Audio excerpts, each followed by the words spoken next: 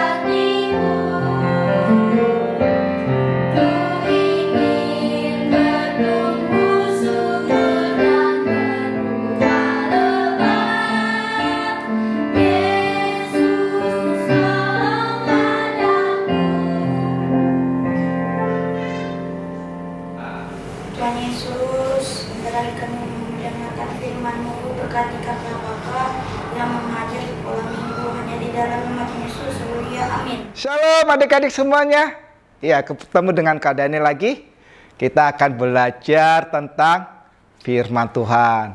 Kakak harap kalian gak bosen-bosen ya ketemu dengan kakak ya. Hari ini kita akan belajar tentang keberanian. Ya. Berani itu apa sih? Ayo, di sini ada yang tahu nggak? Berani itu seperti apa? Iya, mungkin kalau malam hari kita mau ke kamar mandi gelap, kita menjadi takut. Berarti kita tidak berani. Berarti kalau namanya kita berani, waktu malam hari kita ke toilet, kamar mandi dengan keadaan yang sangat gelap, nah kita tetap berjalan. Nah, itu dikatakan berani. Ya, bisa. Tetapi hari ini kakak akan membawa kita menceritakan tentang firman Tuhan. Apa itu artinya berani? Oke, kita akan lihat dulu yuk video yang pertama ini ya. Nah, ini ada burung yang sedang sakit. Dan di sini ada dua orang yang mereka adalah pecinta binatang, boleh dikatakan seperti itu ya. Ya.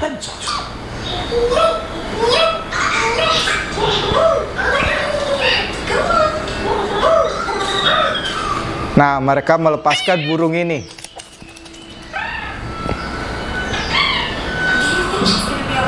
Nah, mereka mengembalikan binatang-binatang pada habitatnya yang semula. Nah, mereka ketemu dengan saudara-saudaranya, dengan teman-temannya yang sejenis.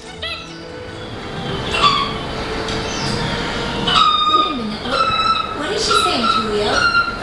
It's just hard for her to say goodbye. No, I think she's trying to work. Nah, ternyata burung ini memberi tanda, kasih tahu ada sesuatu yang akan terjadi. Kira-kira apa ya? Oh, ternyata mereka menghadapi air terjun. Wah, mereka disuruh mendayung dengan lebih cepat.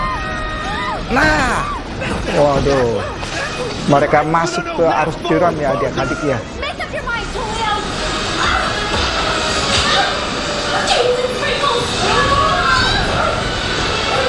Nah, kira-kira kalau kita ada di sini ya, apa yang akan kita lakukan ya? Mungkin kita akan merasa takut. Nah, ini lebih berbahaya lagi. Dan mereka terjun. Nah, ini yang terjadi. Waduh. Akhirnya kapalnya karam, kandas. Tapi mereka selamat.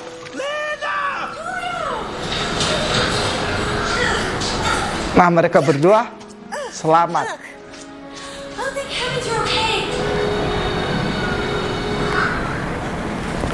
Mereka adalah orang-orang yang berani. Mereka mengembalikan binatang tadi ke tempat asalnya. Tapi waktu perjalanan pulang mereka menghadapi hal itu, tetapi mereka tidak takut. Mereka berani. Kita baca dulu firman Tuhan hari ini di dalam Injil Lukas pasal yang ke-12 ayat yang ke-8. Yuk kita buka sama-sama ya. Lukas 12 ayat ke-8. Kakak akan bacakan ayat firman Tuhan ini. Setiap orang yang mengakui aku di sini adalah Yesus. Di depan manusia, anak manusia itu yaitu Yesus juga akan mengakui dia di depan malaikat-malaikat Allah. Sekali lagi kakak bacakan. Setiap orang yang mengakui Yesus di depan manusia, maka Yesus juga akan mengakui dia di depan malaikat-malaikat Allah. Nah, kita akan belajar orang yang berani itu sikapnya itu seperti apa. Tahu nggak? Sikap orang yang berani itu ada 3 sikap orang yang berani itu. Yang pertama adalah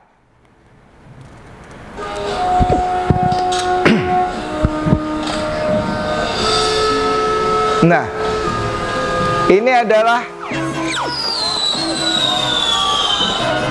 seorang pejabat. Ayo, ada yang tahu nggak?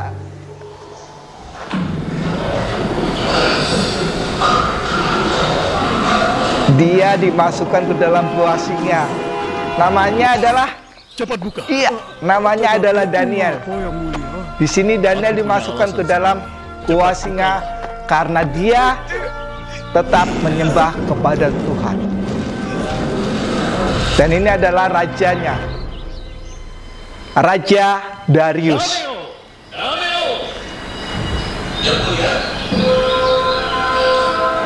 Darius memanggil Daniel dan Darius sangat senang karena Daniel selamat. Dia masih hidup. Dia masih hidup. Nah, Raja Darius sangat bahagia. Daniel ternyata tidak dimakan oleh singa-singa itu. Nah, ini Daniel udah keluar.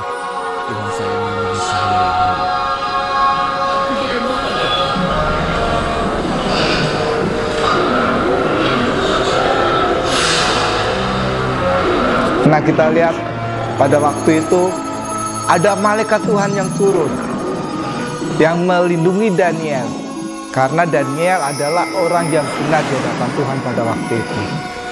Jadi singa-singa ini tidak mau makan Daniel. Mereka tidak bisa makan. Oh, mereka justru bersahabat. Karena ada malaikat Tuhan yang menjagai hidup kita, yang menjagai Daniel pada waktu itu. Nah, sikap yang berani itu yang pertama adalah punya iman. Punya iman. Daniel memiliki iman karena dia percaya kepada Tuhan akan selalu menjaga hidupnya. Tuhan yang dia sembah setiap hari akan selalu menjaga hidupnya. Itu sikap yang pertama, sikap orang yang pemberani. Yang kedua, Nagih pajak. Tampaknya kau tidak ada masalah untuk membayar pajak tahun ini. Aku sudah membayar pajak. ini murid Tuhan Yesus. Tapi itu untuk tahun lalu, Petrus. Namanya Kau mungkin Petrus. sudah lupa waktu. Dia harus membayar pajak kepada kaisar. Suci itu, iya kan? Sebaiknya kau hati-hati bicara mengenai guru.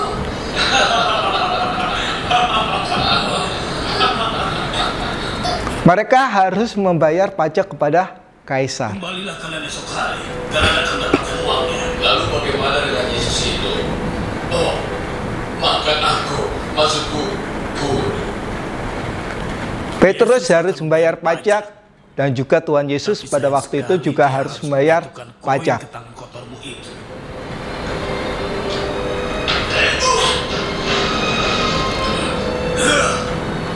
Kau boleh saja menjadi dia guru atau anak Tuhan. Tapi bagiku, Yesus tidak lebih orang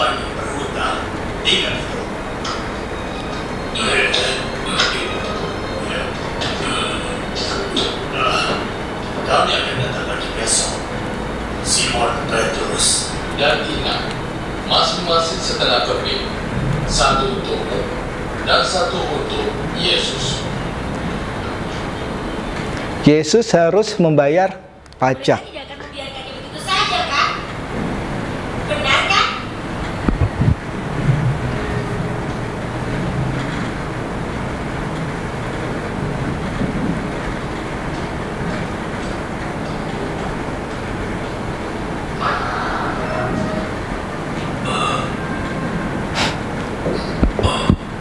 Maafkan aku, Guru. Nih Petrus menemui Tuhan Yesus. Petrus, ada apa dengan penagih pajak datang? Mereka datang untuk menagih pajakku dan juga pajakmu. Itukah yang membuatku menjadi marah? Ya, mereka mengatakan hal jahat mengenai engkau. Ampunilah mereka, Petrus. Tuhan mengajarkan untuk kita mengampuni. Pergilah ke laut dan lemparkan jalan. Saat kau menangkap ikan yang pertama, bukalah mulutnya, dan kau akan menemukan sejumlah uang cukup untuk membayar pajak. Kalau engkau yang berkata, Tuhan memerintahkan Petrus untuk menangkap ikan.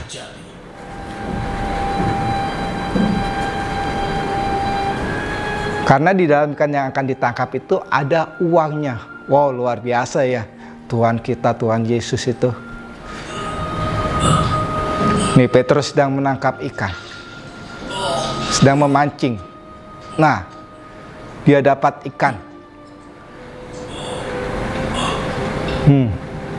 Dan dia temukan uang seperti yang Tuhan Yesus katakan.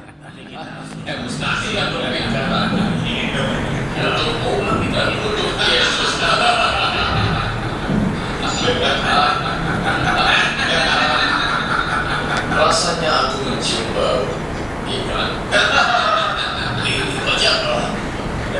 Untuk Yesus dan aku berdua. Mengapa Yesus tidak turun kemari? Apa dia terlalu suci untuk tidak menagih pajak? Seorang yang berani itu memiliki sikap yang bertanggung jawab. Tuhan Yesus mengajarkan kita untuk bayar pajak. Seperti yang kita lihat barusan, Petrus harus membayar pajak dan juga Tuhan Yesus harus membayar pajak. Dan mereka taat dan mereka bertanggung jawab. Itu adalah sikap yang kedua dari orang yang berani. Yang ketiga, pada waktu itu, kota Yerusalem dikuasai oleh Raja Nebukadnezar dari bangsa Babel.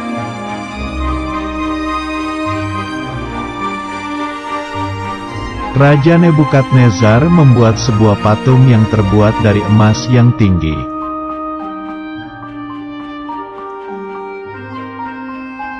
Lalu Raja Nebukadnezar mengundang semua pemimpin bangsa untuk melihat patungnya.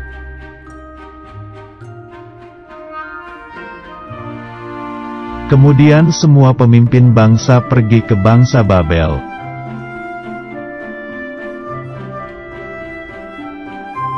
Pengawal raja mengumumkan bahwa semua orang harus menyembah patung jika tidak akan dihukum.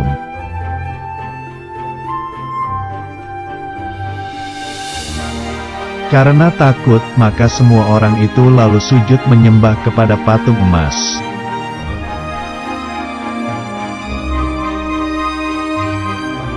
Tapi, orang Kasdim melaporkan kepada raja bahwa ada 3 orang yang tidak mau menyembah patung.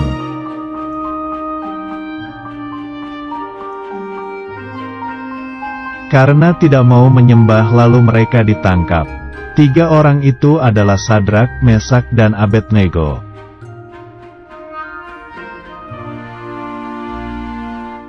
Tiga orang itu lalu diikat dan dimasukkan ke dalam dapur api yang panas.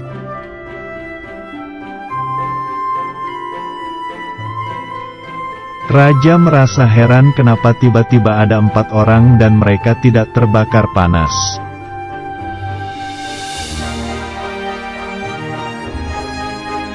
Sadrak, Mesak, dan Abednego tidak terbakar karena Tuhan bersama dengan mereka.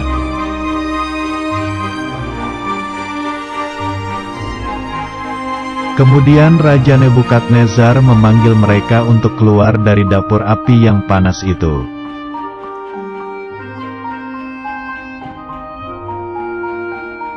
Sadrah, Mesah dan Abednego pun keluar dari dapur api dan mereka tidak terbakar.